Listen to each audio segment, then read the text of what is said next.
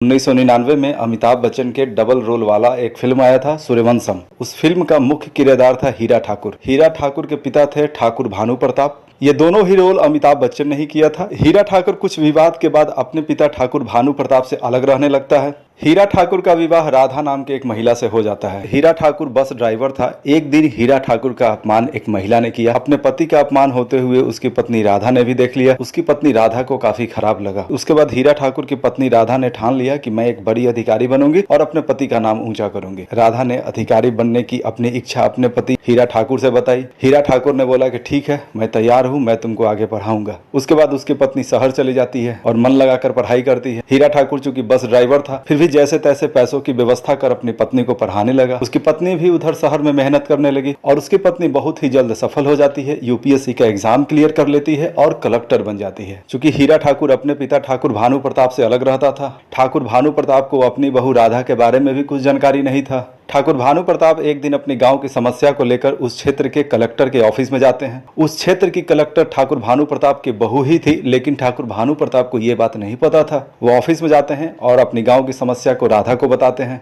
राधा को जैसे ही पता चलता है कि ये हमारे ससुर जी हैं, उसके बाद राधा उनको चरण वंदना करती है, उनको प्रणाम करती है, जो राधा के संस्कारों को दर्शाता है। कलेक्टर बनने के बाद भी राधा के व्यवहार में अपने पति और ससुराल वालों के प्रति कोई परिवर्तन नहीं आया। कलेक्टर बन चुकी राधा गर्व से इस बात को स्वीकार करती थी कि मैं आज जो कुछ भी हूँ अपने बस ड्राइवर पति के वजह से ही हूँ। 1999 के इस फिल्म ने समाज में एक नैरेटिव सेट किया।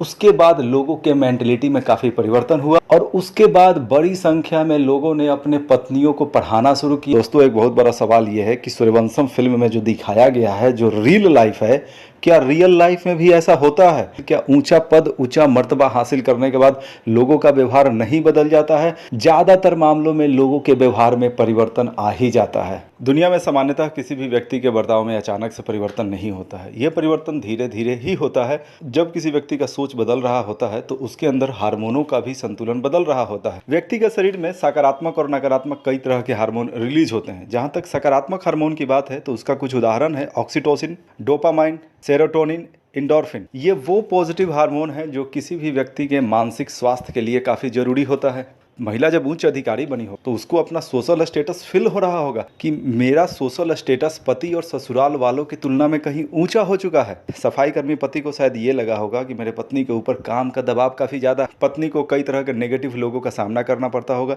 इस वजह से वो टेंशन में है और उसके व्यवहार में परिवर्तन हो रहा है। लेकिन एक दिन जैसे ही सफाई कर्मी पति अपने महिला अधिकारी पत्नी के सरकारी आवास पे जाता है, अपने महिला अधिकारी पत्नी को किसी उच्च अधिकारी अन्य पुरुष के साथ देख लेता है, उसके बाद पति पत्नी के रिश्तों में बड़ा खटास आना शुरू हो जाता है। दोस्तों, यहाँ पे हार्मोन का क्या रोल है इसको समझना काफ़ी ज़रूरी है। दोस्तों, ये जो कुछ भी हुआ, पति पत्नी के प्रेम के बीच में एक नया व्यक्ति आ जाता है।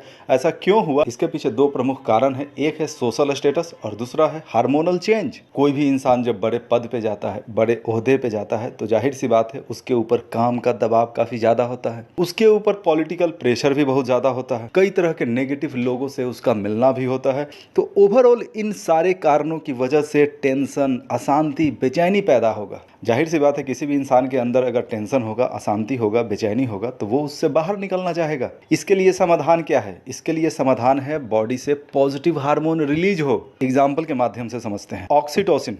ऑक्सीटोसिन एक लव हार्मोन है। जब कोई व्यक्ति किसी दूसरे व्यक्ति के साथ प्रेम प्रसंग में होता है, जब किसी व्यक्ति का प्रेम अपने पालतू पशु के साथ होता है, यानी एक इंसान का प्रेम अगर किसी के साथ है तो उस अवस्था में ऑक्सीटोसिन हार्मोन रिलीज होता है, जिसे लव हार्मोन भी कहते हैं। उत्तर प्रदेश के महिला अधिकारी के केस में उस महिला अधिकारी का चूंकि सोशल स्टेटस ऊंचा हो गया था, महिला अधिकारी ने अपने ऊंचे सोशल स्टेटस को देखते हुए अपने सोशल स्टेटस के बराबर के पुरुष अधिकारी के प्रेम प्रसंग प्रारंभ किया। इस कारण से उस महिला का अपने पति से प्रेम समाप्त हो गया होगा।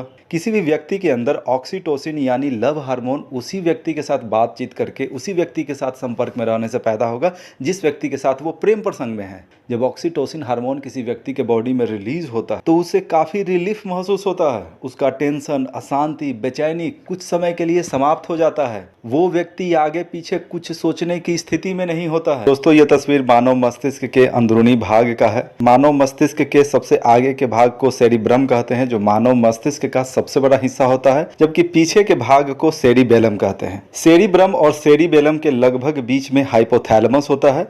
हाइपोथैलेमस के नीचे पिट्यूटरी ग्लैंड स्थित होता है। उसके नीचे मेडुला ऑब्लोंगेटा होता है। मेडुला ऑब्लोंगेटा नर्व फाइबर का बना हुआ होता है और उसके नीचे स्पाइनल कोड होता है जो भी नर्व फाइबर का बना हुआ होता है। नर्व फाइबर यानी नसों का गुच्छा। थोड़ा देर पहले मैंने आपको बताया oxytocin love hormone. Oxytocin hormone बनता कहाँ है? ये बनता है हाइपोथैलेमस में।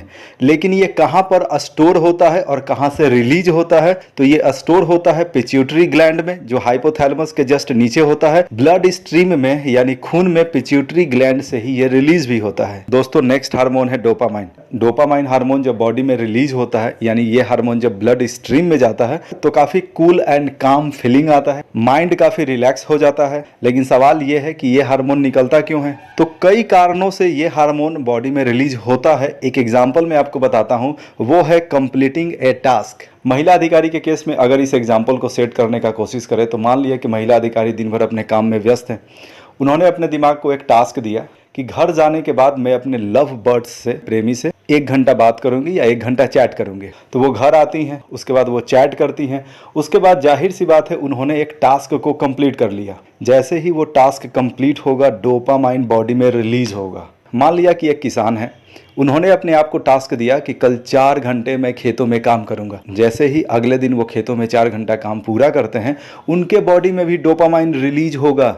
दोस्तों इस तस्वीर में आप देख सकते हैं कि हाइपोथैलेमस और सेरेबेलम के बीच स्थित है सबस्टांसिया निग्रा और वेंट्रल टेगामेंटल एरिया। ये वो 2 मुख्य भाग हैं मस्तिष्क के जहां पर डोपामाइन प्रोड्यूस्ड होता है। इसके बाद डोपामाइन हार्मोन हाइपोथैलेमस में चला जाता है और हाइपोथैलेमस से ही ये रिलीज्ड होता है ब्लड स्ट्रीम में। दोस्तों नेक्स्ट हार्मोन का नाम है सेरोटोनिन। सेरोटोनिन हार्मोन उस वक्त बॉडी में पैदा होता है जब व्यक्ति किसी काम में फोकस करता है। महिला अधिकारी का चूंकि सोशल स्टेटस काफी ऊंचा हो चुका था, वो अपने पति से बात करने में फोकस तो हो नहीं सकती थी, तो जाहिर सी बात है वो उस उच्च अधिकारी पुरुष के साथ बातचीत करने के दौरान फोकस होती जिनको वो पसंद करती थी। दोस्तों ऐसे बहुत सारे एग्जाम्पल आपको भी पता होगा कि एक लड़का लड़की जब फोन पे बात करते हैं तो घंटों घंटा समय निकल जाता है और कुछ पता ही नहीं चलता है, क्योंकि उस दौरान वो बहुत ज्यादा फोकस रहते हैं, वो पूरी दुनिया को भूल चुके होते हैं। और वो फोकस इसलिए है क्योंकि वो दोनों एक दूसरे को पसंद करते हैं। वो दोनों एक दूसरे को अगर पसंद नहीं करते तो जाहिर सी बात है बातचीत के दौरान वो फोकस ही नहीं हो पाते